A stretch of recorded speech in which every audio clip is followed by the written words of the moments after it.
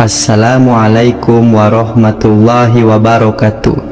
Apa kabar sahabat Nadeo Alvaro semuanya? Mudah-mudahan kita semua sehat selalu dan dilancarkan Allah rezekinya, amin ya rabbal alamin. Pada kesempatan kali ini kita akan membahas ciri-ciri wali gaus, pemimpin para wali, penjaga langit dan bumi. Di manakah keberadaannya sekarang? Bagaimana kita bisa mengenalinya? Untuk mendapatkan jawabannya, simak terus video ini sampai selesai agar sahabat semuanya tidak salah memahaminya. Namun sebelum lanjut menonton video ini, admin ingatkan untuk dukung kami dengan cara menekan tombol like, komen dan subscribe, serta aktifkan lonceng notifikasinya agar sahabat semuanya tidak ketinggalan informasi menarik lainnya dari channel ini. Terima kasih. Di antara jutaan manusia yang hidup di atas muka bumi ini, hanya segelintir yang benar-benar memahami rahasia alam semesta. Dan di antara para kekasih, ada satu yang paling agung, yang disebut oleh para ahli tasawuf sebagai wali kutub, atau lebih dikenal sebagai wali gaus, sang penolong agung, pemegang makam tertinggi di antara para wali di setiap zaman. Namun, siapakah dia? Bagaimana ciri-cirinya? Di manakah ia berada? Dan mengapa ia begitu dirahasiakan?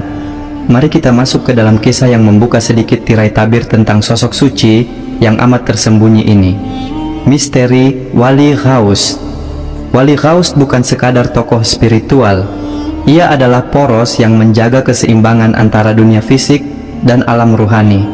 Dalam ilmu hakikat dan makrifat, keberadaannya adalah nadi kehidupan alam semesta. Sebab dalam setiap waktu, dunia ini tetap berdiri bukan semata karena sistem fisika atau hukum alam, tapi karena adanya para wali, khususnya sang pemimpin mereka, Wali Gaus. Para ulama sufi seperti Imam Abdul Qadir Al-Jailani, Imam Junaid Al-Baghdadi, dan Syekh Abu Hasan Asy-Syadzili menyebutkan bahwa Allah tidak akan membiarkan bumi kosong dari wali kutub. Dialah yang menanggung beban rohani umat manusia.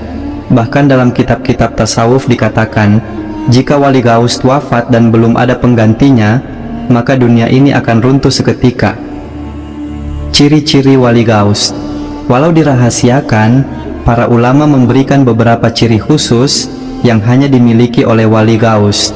Namun, ciri ini tidak mudah dikenali dengan mata biasa, hanya orang yang diberi basyirah, mata batin, oleh Allah yang bisa mencium kehadirannya.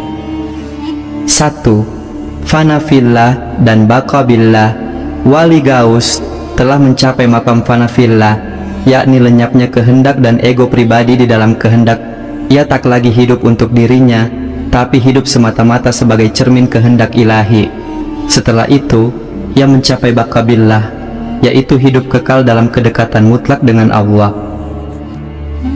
2. Tersembunyi dari pandangan umum.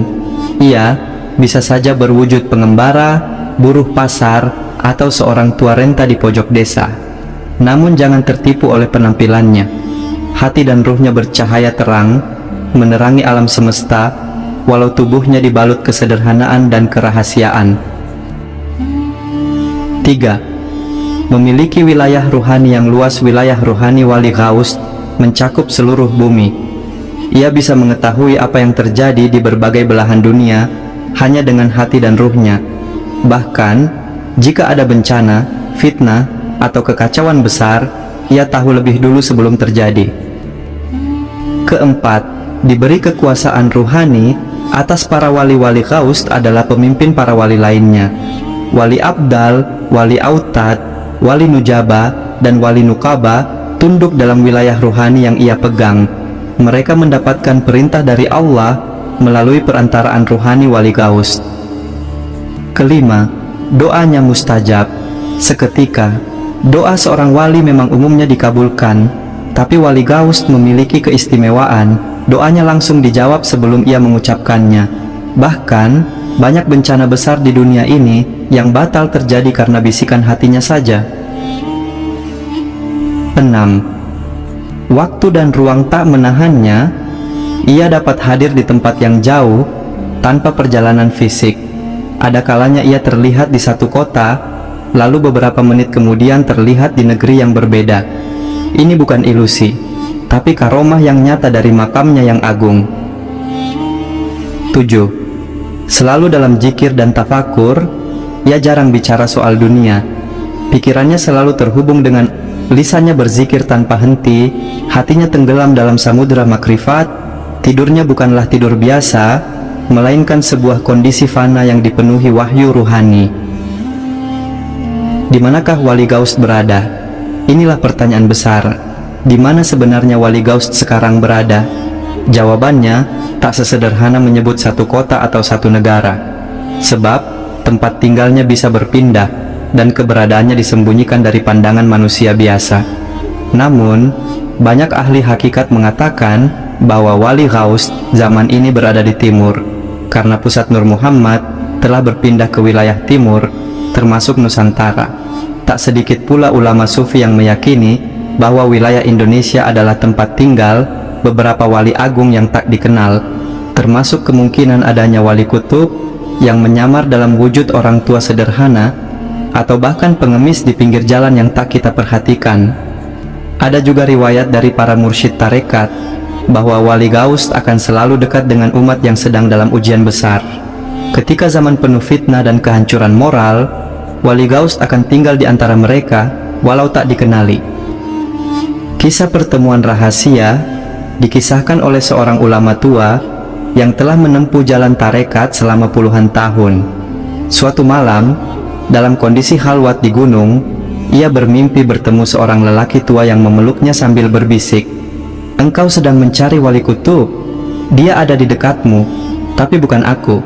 Dia adalah orang yang tak pernah mengaku, tak pernah bicara tentang dirinya, bahkan tak sadar bahwa dirinya wali." Setelah terbangun, sang ulama tersadar bahwa yang ia cari bukan sosok yang gemerlap dengan karomah, melainkan sosok yang benar-benar tenggelam dalam kerahasiaan ilahi.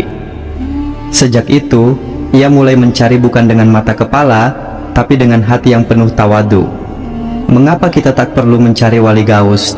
Wali Gaus bukan untuk dicari agar bisa dikagumi, bukan untuk disembah, bukan untuk diburu karena karomahnya.